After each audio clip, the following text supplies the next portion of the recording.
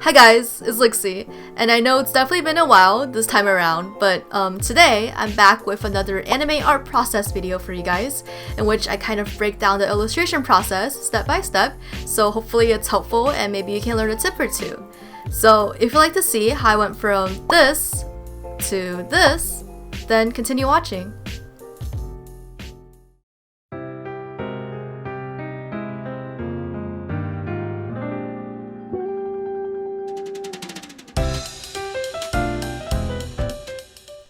So first, as always, I start off a sketch of roughly what I want the composition to look like. Usually, I'll begin with the anatomy of the character first, as you can see me struggling here, and it's always a good idea to make sure all of the forms and parts of the drawing make sense in the pose before drawing in the details. And of course, I can't go a single video without mentioning references. They are so extremely useful and really help to streamline my process. Recently, I've been using a program called PureRef where you can easily drag and drop in image files without a bunch of tabs or windows open. I would highly recommend it if you're looking for an easy way to organize your references. Also, just a heads up, but I tend to flip my canvas a lot during my process, which is great for double checking errors that may be present in the drawing, as most people tend to have a preference for a certain direction of the canvas. However, this also means that when I speed up the footage for the Speedpaint, there's a lot of flipping in quick succession, which makes it kind of hard to follow what I'm doing. But yeah, just wanted to apologize for that in advance, and hopefully it's bearable. But back to the Speedpaint. So for this illustration, I wanted to redraw one of my first OCs named Menno. I think I created him back when I was a freshman in high school, so it's definitely been a while. And here, I'll include one of my first digital drawings of him, along with some other ones throughout the years. He's supposed to be a shy boy in his teens that's forced to work at the family cafe during the summer, and that's all I got for now. But I really wanted to portray a lighthearted mood with a cafe setting, so here I'm just planning out the interior of the cafe roughly in one-point perspective. This is actually my first time finishing an illustration with perspective, and oh boy was it a handful. But I'll go over that aspect of the drawing in more detail when we get to the liner portion for the background. And for now, I'm just blocking in some tones with the same color as the line art so I can get a general feel for the values of the drawing. I don't always do this, but for illustrations with a background and lighting, this step is a must.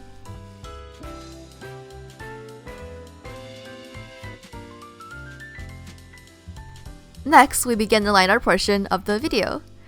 Although I really do despise line art, and it is the bane of my existence, I actually had a lot of fun this time around because I decided to loosely line the sketch instead of going for that pristine look, since I'm going to be doing a painterly style later for the coloring. And here, I'm just lining the character with the same brush as the sketch, which is the darker pencil tool in Clip Studio Paint. I prefer this brush over a pen brush because it gives a softer, more natural finish. It's a bit similar to lining with the brush tool versus the pen tool in Paint Tool SAI. And since I brought up the topic of brushes, I like to talk about them for a second here. I've gotten a lot of requests to show my brush settings recently, and to be honest, I usually use the most basic brushes with the most basic settings. The only two settings that I change around a lot, regardless of the software, is the size of the brush and the blending threshold. The rest of the drawing process is achieved with a few different types of brushes and not necessarily the brush settings alone. I brought this up because it's not that I mind showing my settings, I really don't. I just think that it's important to know that without the knowledge of where to place the colors, what colors to use, and how to use those colors, having someone else's brush settings won't necessarily help as much as you think.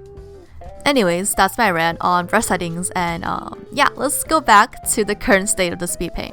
Since the character line art took almost 2 hours, we'll fast forward through the rest of it to make time for more interesting content later on, such as coloring and rendering. I hope you guys don't mind, and let's get on to lining the background.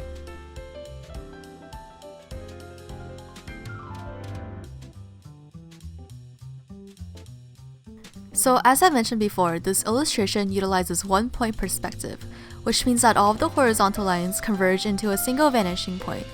Now this concept isn't too hard to grasp, but drawing that many straight lines certainly is difficult for me. So I've learned to use the perspective ruler in Clip Studio Paint, which basically creates a frame for all of your lines to snap to. You'll see me turn this reference layer on and off throughout the whole Speedpaint whenever I need to check anything perspective related. I'm definitely by no means well versed in perspective drawings yet, so if you're curious about how this tool works, I'll link a tutorial specifically for Clip Studio Paint in the description below, as well as a very useful tutorial for perspective in general for any aspiring background artists out there. Whenever I tackle something that's outside of my comfort zone, I definitely get frustrated and feel really lost in the process. I think I almost gave up a total of 3 times while working on this drawing in particular, and it can be really daunting to try something that you don't really know how to do. But I believe that by using the right references and trusting the process, you will get a lot further than you'd ever think you could.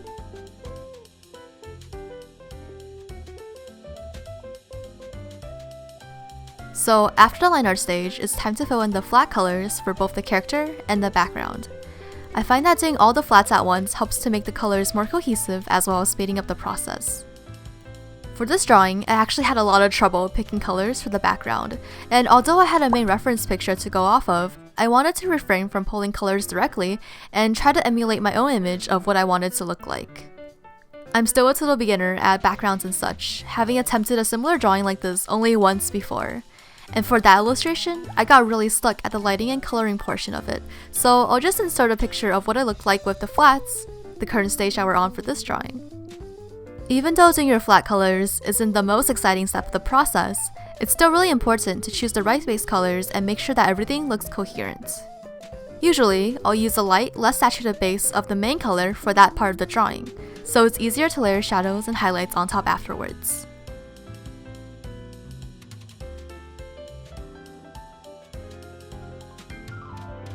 So finally, we're at the coloring portion of this video, which I think I had the most fun doing. I try to slow down the footage a bit so you guys can see the process a tiny bit better, but still I follow a similar routine as before. And since we do have so much footage and time together, I'll briefly explain it using this drawing as an example. Usually when I color, I first airbrush in some color variation. Now this can depend on which part of the character we're talking about. For instance, on skin, I'll airbrush in some red around the cheeks as blush, but for the hair, I might airbrush in some oranges or even muted blue tones near the shadows to hint at some ambient lighting. It really all depends on what color your subject is and where/what temperature your light source is. Adding color variation can make a flat drawing appear more three-dimensional, but my favorite part of it is that it makes the drawing a lot more interesting to look at. One of my absolute favorite example of this is this semi-realistic portrait by one of my favorite artists, Aaliyah Chen. Notice how these aren't colors you would normally think of when painting skin, yet it makes the drawing look super interesting and yet still remains coherent. I think a lot of beginner artists are scared to use colors that aren't typically associated with whatever they're trying to color, like the bright teals or vivid greens as shown by the portrait earlier. But do remember that in the real world, light scatters and bounces off of everything. It's really hard to find an object that only has one hue of highlights and one hue of shadows. It's always a good idea to constantly observe certain lighting patterns that you find interesting, and also how other artists interpret and use those colors themselves. After I establish some sort of color variation within the subject, I start blocking in the base shadow. Because I don't want to mess up the nice color variety I've placed on the base layer, I'll usually make a second layer and set it to multiply. The multiply layer mode basically casts a shadow over the layers beneath. What I mean by this is that it'll make anything underneath darker, but without disrupting any gradients or shading that layer already has. This is incredibly useful when it comes to darkening values because by retaining all those little details, it saves a lot of extra work later on. After I block in the base shadows, I add more dimension with even darker shadows. I try to keep in mind which shadows are because of the form of the character and which are cast shadows that result from something blocking the sunlight. Recently, I've learned to use a saturated orangey color on the line between the shadow and the light. I believe this effect happens due to the diffusion of light on the surface of whatever you're painting, but I'm not entirely sure. I plan on looking more into it so I have a better understanding, but either way, I think this additional detail makes the drawing a lot better and a lot more realistic if that's what you're going for. Lastly, I add in some highlights, usually with a very bright yellow-green color to really make it pop off the page. I never thought of using green as a highlight color until I recently discovered it when I was doing tonal corrections. It's really interesting how colors work together, especially in the most unexpected ways. For example, if you're using mainly warm tone colors such as oranges and reds to color the skin, instead of using an actual bluish tone, you could actually use a warm or neutral gray color in that warm environment and magically it'll look blue. It's a good tip for adding color variations in more subtle ways. If there's interest, I might try making an updated painting tutorial, since my old one was made almost 2 or 3 years ago and my process has changed a bit since then. But yeah, if that's something that you'd be interested in, make sure to let me know in the comment section below.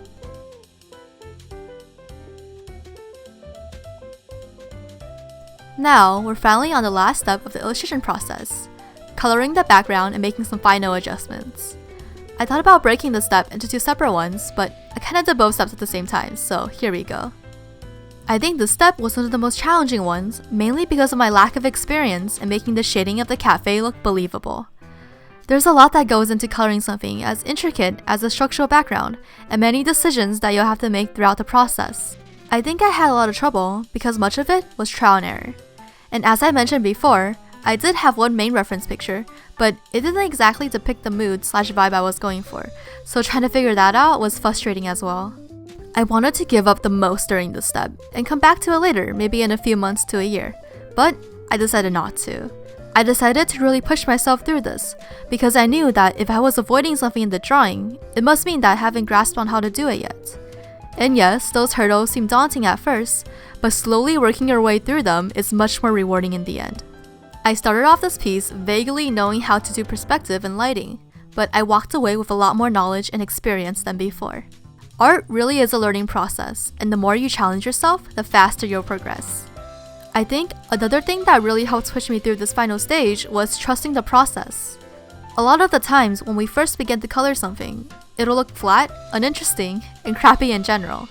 But by acknowledging that those are in fact stepping stones and not what your final drawing will look like, it really gives you that extra push for the light at the end of the tunnel.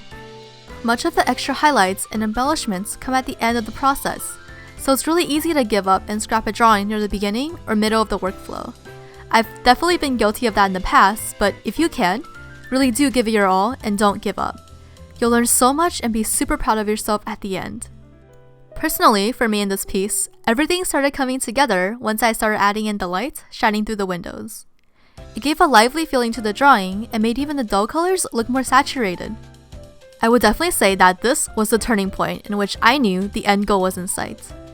I should also mention that throughout this whole step, I've been constantly doing color corrections and level corrections through my program, but because of the way OBS records my screen, the little windows that pop up aren't visible. So instead, I'll insert a screenshot of what they usually look like. The one I use the most is either the color balance feature or the level correction. We don't have enough time to delve too deep into what these features actually do, but basically, it's an easy way of adjusting contrast and intensity of individual colors. It can give a drawing a certain color scheme that's hard to achieve otherwise. I think at this point in the Speedpaint, I'm still tinkering a lot with the colors and brightness of everything. I was also trying to take ambient lighting into consideration since I'd watched a really informative video on ambient occlusion before this. Also, I think around this point in time, I realized that I forgot to add in chairs to the tables, and I was too far along to make any changes now. But anyways, can you believe it? We've almost made it through this entire Speedpaint's commentary. But before we reach the end, I do want to mention one more element that I think is a pretty helpful tip for any drawing, and that is composition and framing. For this drawing, the composition was rather weak, so after I finished coloring everything, it didn't feel as cohesive as I would have liked. So what do I do to fix that? I put elements in the corners of the drawing to give an illusion of a frame. Here's an example of 2 drawings, one with this sort of framing element and one without. It's clear to see that the framing effect really helps to prevent the viewer's eyes from running off the page. This is just something that I've learned throughout the years, and hopefully it's helpful to you as well. But anyways, it seems our drawing is close to being completed, so thank you so much for watching till the end. Please do let me know if this was interesting or helpful to you, because although it takes quite a bit of work for me to edit something like this, I'm happy to have shared this process with you today. Drawing is a really fun hobby, and I hope you'll continue with it, or even start on it after seeing this video. But once again, thanks for watching, and hopefully, I'll see you in my next one.